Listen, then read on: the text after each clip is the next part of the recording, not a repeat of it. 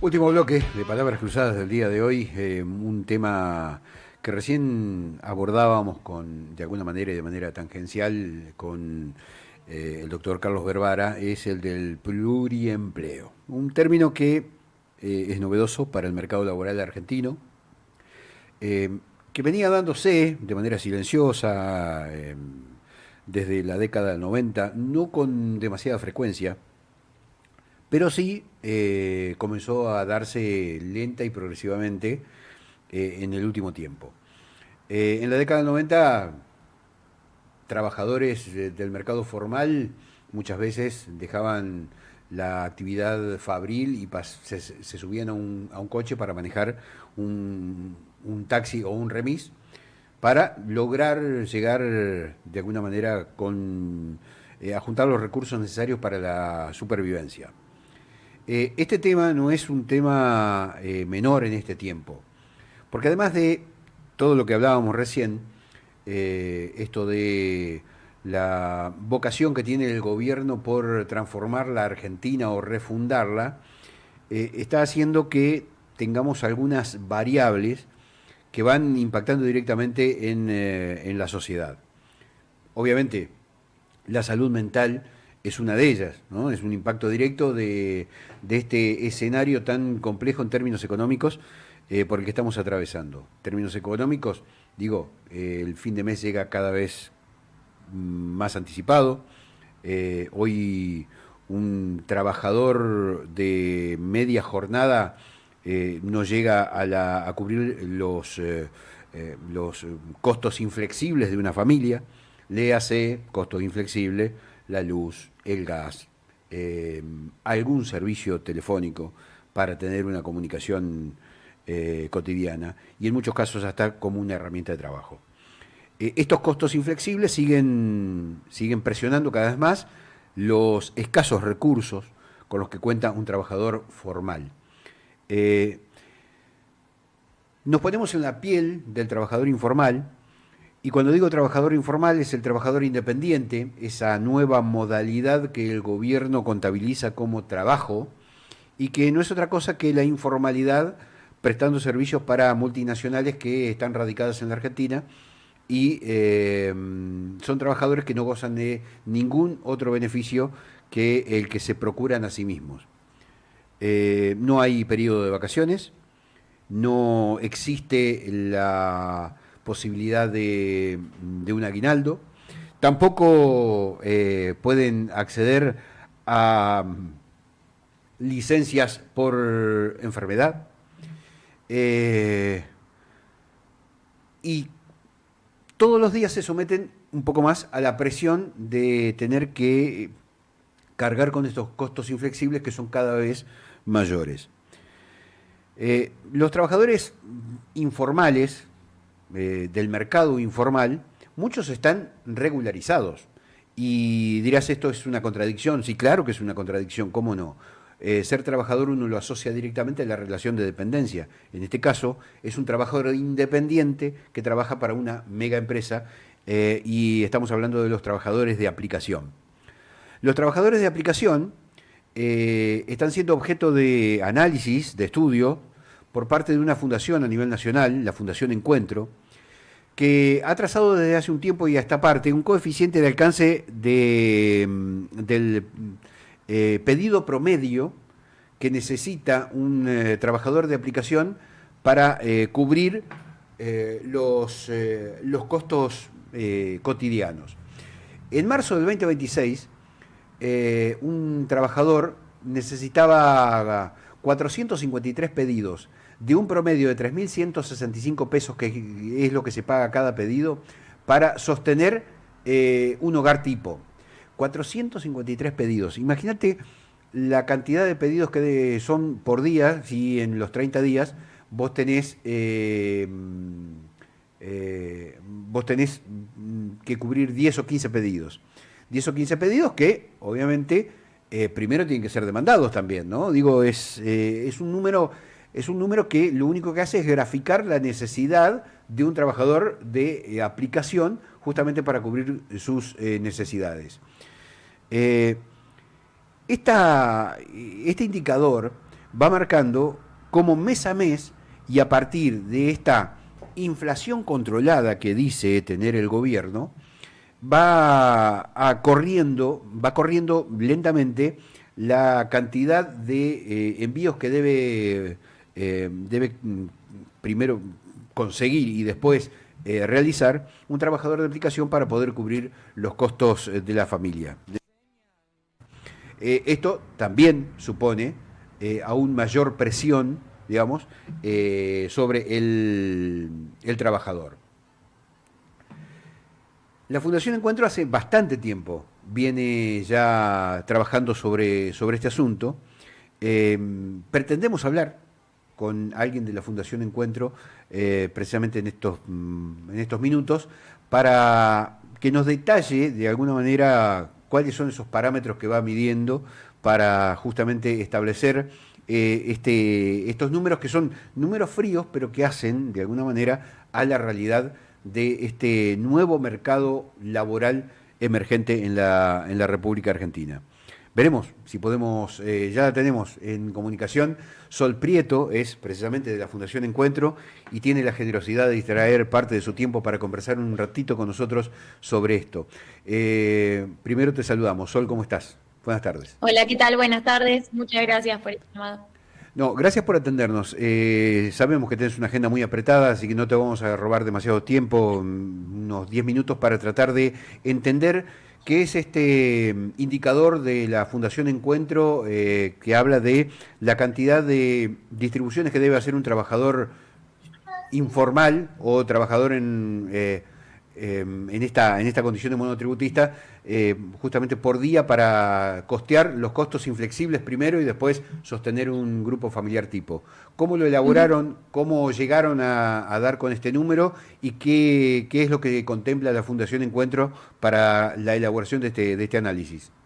Bueno, muchísimas gracias primero por tu pregunta y por el interés. Esta, como decías hace un ratito, es la tercera estimación ya del coeficiente AP, es decir, que ya tenemos digamos, una serie que parte de julio del año pasado y bueno, nuestra idea es el mes que viene ya poder actualizarlo a julio de este año. Vamos a tener un año completo de la evolución de este coeficiente.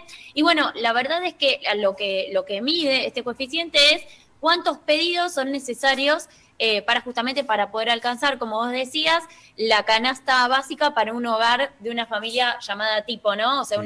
una familia de 4 integrantes conformada por 2 adultos y 2 niños. No incluye el alquiler, o sea, esto te lo aclaro porque eso, no incluye alquiler como un ítem aparte, no incluye varias cosas como ítems aparte, y además, tampoco incluye las propinas. Y bueno, para calcular esto, lo que se realiza es primero lo que nosotros llamamos el pedido promedio, que es justamente el costo, digamos, de un pedido en la aplicación, o sea, cuánto la aplicación le pagaría a un Sí. rider en Rappi y en Pedido Ya, ¿no? Ujú. En promedio. Y a partir de eso, vos ahí tenés un montón de variables, ¿no? Según la empresa, además, cambian las variables, influye la distancia, influye el tipo de repartidor, influye el momento de la semana y el horario.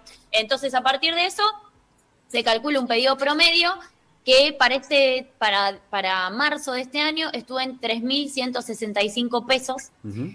el pedido promedio, y entonces a partir de eso, bueno, se calcula cuántos pedidos son necesarios para esto, ¿no? Principalmente para sostener un hogar tipo, ¿no? Este es el coeficiente central, pero también medimos, bueno, cuántos hacen falta para alcanzar, por ejemplo, un ingreso promedio, que hacen Ujú. falta 320 pedidos, cuántos son necesarios, por ejemplo, para criar a un niño promedio, ¿no? Que son 175 pedidos, esto lo calculamos en base a la canasta de crianza, cuántos pedidos hacen falta para pagar un alquiler en Capital Federal, ¿no? Sí. Un alquiler promedio, que son 250 pedidos. Tenemos distintos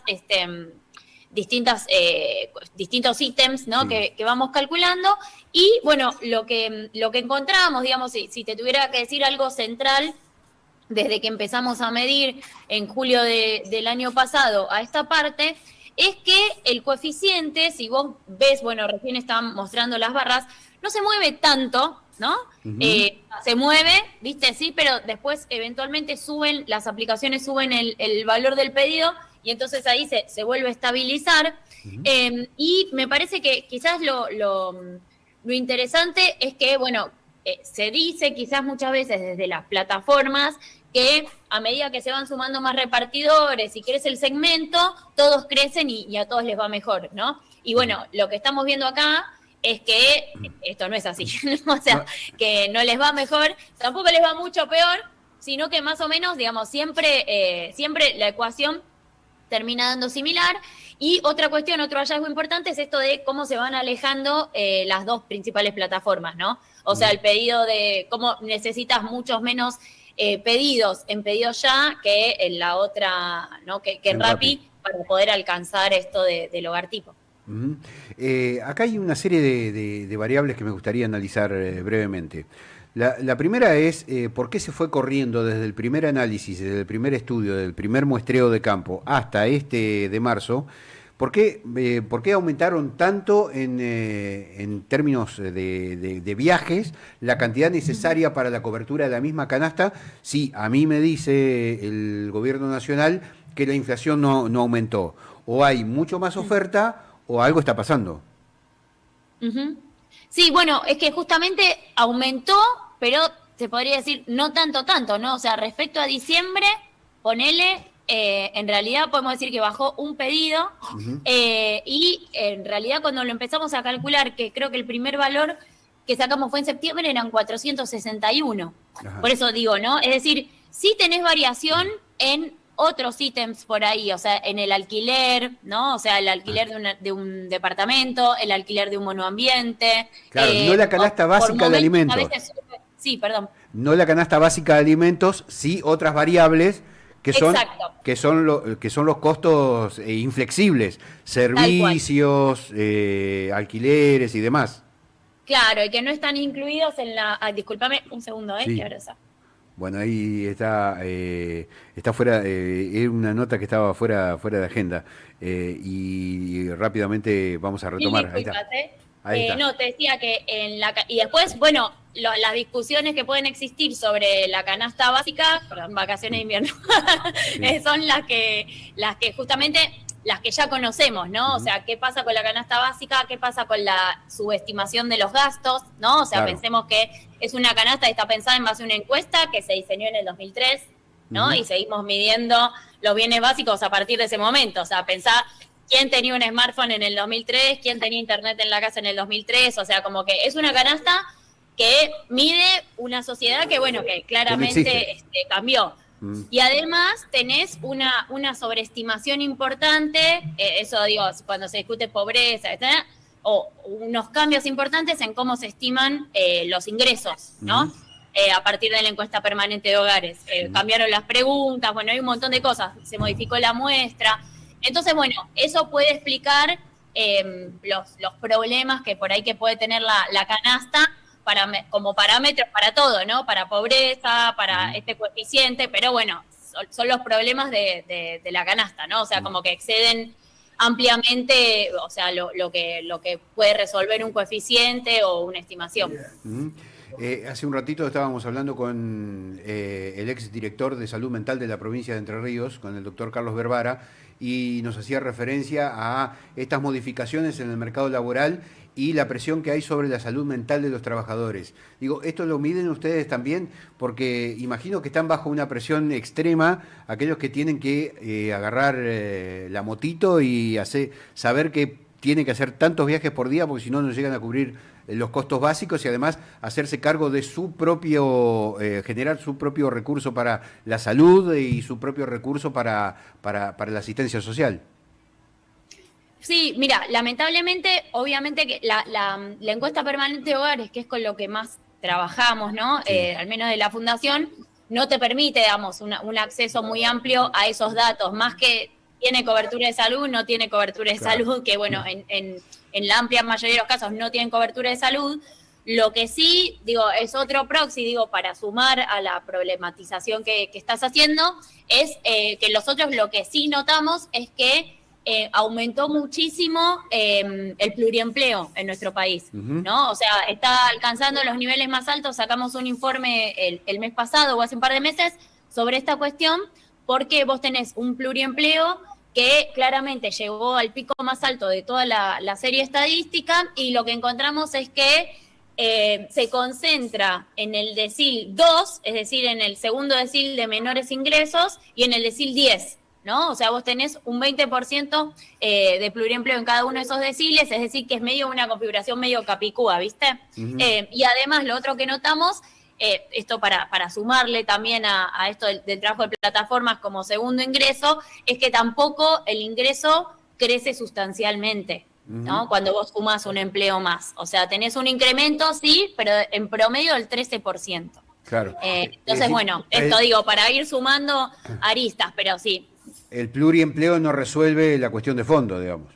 No, tal cual. O Que sea, es es una herramienta, obviamente, pero me parece que es un indicador más, si querés, del deterioro, junto con, bueno, con esto que se está hablando mucho, que es la crisis de morosidad. Bueno, crisis de morosidad, una temporada turística paupérrima, con una clase media que tiende a la desaparición. Evidentemente son todos los efectos de una política económica que deja la columna gente al margen de toda discusión.